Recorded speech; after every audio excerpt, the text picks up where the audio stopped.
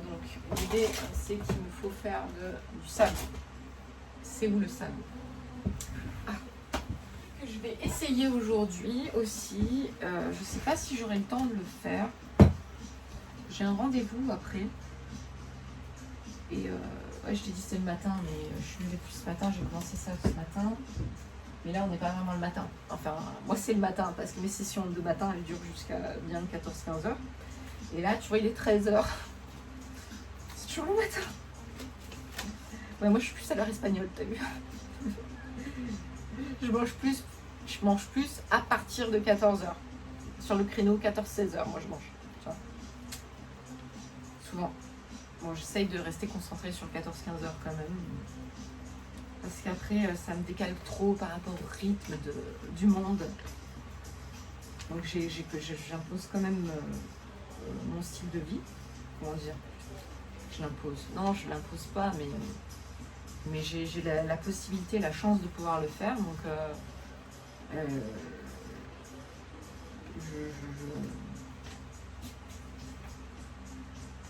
je le fais avec plaisir, d'adapter en fonction de mon énergie, mon rythme de vie.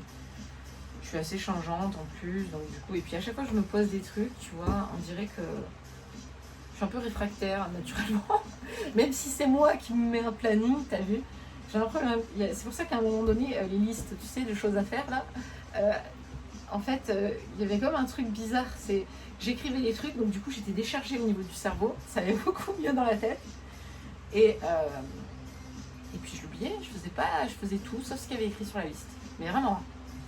Au point où je me suis dit, à un moment donné, je me suis dit, ben, je vais écrire que ce que je fais. Enfin, clac, et le barré, ça c'est fait, tu vois. Bon, ça n'a pas duré longtemps non plus. Je suis bien obligée de planifier. Là, en ce moment, ça va mieux, quoi. Parce que ce que je fais, c'est que je me limite maintenant. Je marque pas toute la liste de tout ce que j'ai à faire. Je marque les 3-4 objectifs principaux. De la semaine, du mois ou du jour. Et le jour, j'essaye même de me limiter. Vraiment, mais beaucoup. Je me limitais à un truc. L'urgence de la journée ou le dossier qui attend, le truc que je dois envoyer à quelqu'un pour que lui puisse avancer. Voilà, j'essaye de voir l'urgence et le niveau d'urgence et d'importance de la chose. Et j'ai la technique du tiroir poubelle là, c'est pas ma technique, hein, mais il y a beaucoup de gens qui l'utilisent. C'est-à-dire qu'il y a des trucs que je trouve intéressants, je le mets dans un coin, dans un dossier, dans un tiroir, ça dépend, l'ordinateur, ça peut être un dossier de choses, peut-être un jour, mais qui pourrait, si tu le fais pas, ça ne changera pas la donne, et du coup tu pourrais jeter les choses sans. Mais ça reste là, donc du coup, il y a toujours cette possibilité de pouvoir le faire, mais tu restes concentré sur le présent et le futur proche de ce que tu dois faire là maintenant, et en fonction de tes objectifs à court et à moyen et à long terme, pour rester connecté à ça. Et cette boîte en question, ce lieu en question où tu mets tous les trucs qui peut-être un jour, pourquoi pas, on ne sait pas, on s'en fout. Faut de temps en temps, tous les 6 mois, une fois par an, à des certaines périodes, rejeter un œil, faire un tri, jeter ce qu'il y a à jeter, ce qui n'est plus pertinent. Parce qu'il y a des choses où tu es vachement emballé là sur le moment. Et en fait, il y a du temps qui passe, et puis 6 mois après, ou même c'est plus pertinent en fait, avec le recul. Voilà. Et il y a des choses par contre qui deviennent très pertinentes à ce moment-là. Voilà, petite astuce. Donc, allez, on va y aller. Donc oui, là j'ai aussi, donc là j'ai sorti quoi, une texture en gel sable blanc. Et ça, c'est un truc que je veux essayer sur un autre support, parce que là concrètement, si je mets ça sur ce qu'il y a en cours, ça n'a pas trop d'intérêt, il y a déjà trop de choses. Les autres là, ils ont assez de volume, il y a assez d'éléments, ça sert à rien de surcharger les choses. J'ai envie de faire des choses quand même qui soient jolies, enfin, en tout cas, que ça me plaise et que ce soit intéressant à l'œil. Donc ce serait pas pertinent. Alors de quoi je parle? C'est quoi cette pâte? C'est quoi? Structure paste. Structure. J'ai jamais fait d'allemand, vraiment je ne sais pas. comment on dit. Donc c'est une pâte à l'effet antique, à structure effet antique. Donc en fait l'idée, à mon avis, moi je vais mettre une peinture or en premier.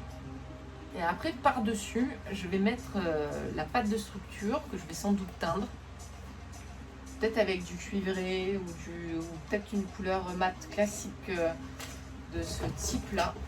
Que j'utilise pas mal en fond, un rouge de Mars. Qui est en fait un orangé marron. Orangé marron quoi. Cuivre. Et sans le doré quoi. Cuivré quoi. Et du coup, en fait, ce qu'il faut, c'est la sécher après avec de la chaleur plutôt, sèche-cheveux ou pistolet thermique. Et ça va faire craquer. Et donc, ça va faire ressortir le doré qui sera dessous. Donc, je peux faire ça, je peux faire... j'ai plusieurs possibilités. Donc ça, je pense que je vais le faire sur... Donc, je t'avais dit 12. Là, il y en a 4 qui attendent. 4 qui attendent d'être travaillés, donc je pense que je vais travailler sur ces 4 là. Alors peut-être pas les 4, je ne sais pas. J'ai déjà fait un test sur un, je vais voir ce que ça donne, si ça me plaît, dans un coin pas trop... Puis après je verrai, tu vois, même si ça me plaît pas, après je pourrais rajouter des trucs comme ça par-dessus, je vais voir, ça va peut-être m'inspirer un nouveau truc.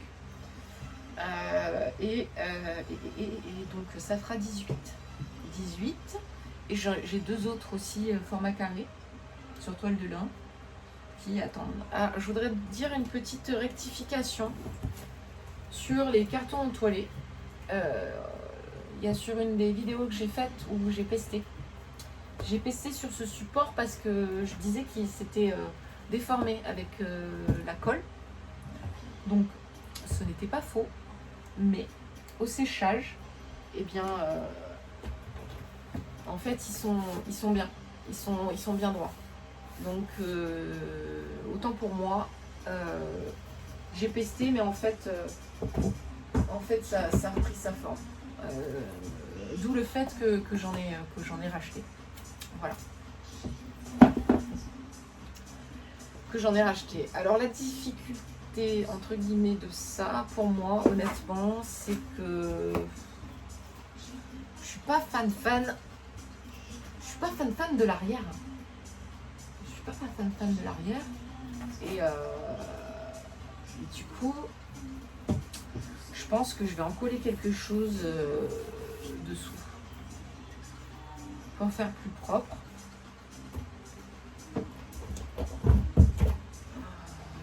Ouais, celui-ci quand même, il est un petit peu léger, c'est très léger quoi. Honnêtement, c'est largement acceptable.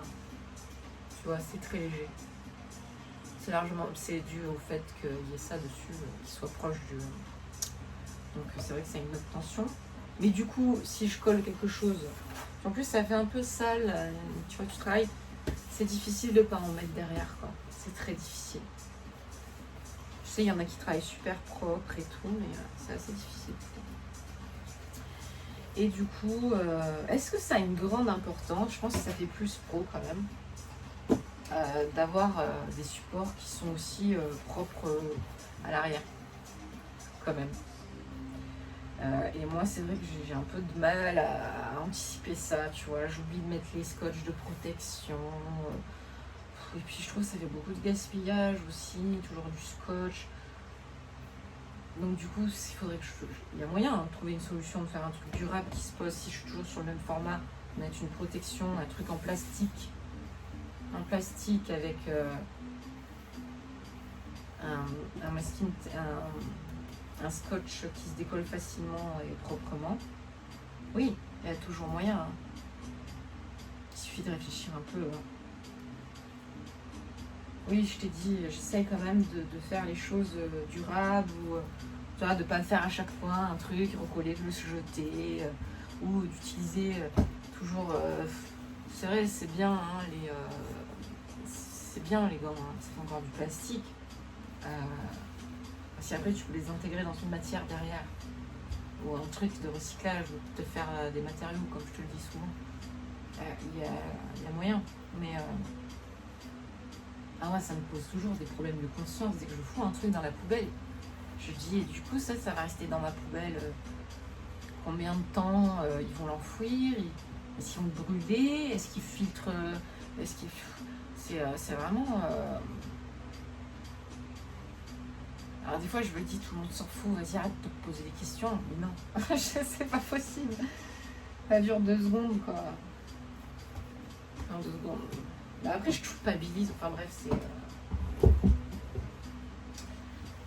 Ouais, c'est pour ça que j'aimerais bien que tout le monde on trouve de nouvelles solutions pour qu'on n'ait pas trop plus à se poser de questions, quoi. Que quand on utilise, on achète quelque chose ou quoi, on sache quoi en faire si ça marche plus ou qu'on n'en veut plus pour pas que ça parte, que ce soit perdu, tu vois. Bref, qu'on soit un peu drivé, quoi. On sache comment, quoi. Comment ça, on le voit sur les désemballages maintenant quand même. On te dit où mettre les choses. C'est quand même, il y a de l'évolution, c'est cool. C'est cool sur cet aspect. Alors il me faut un support.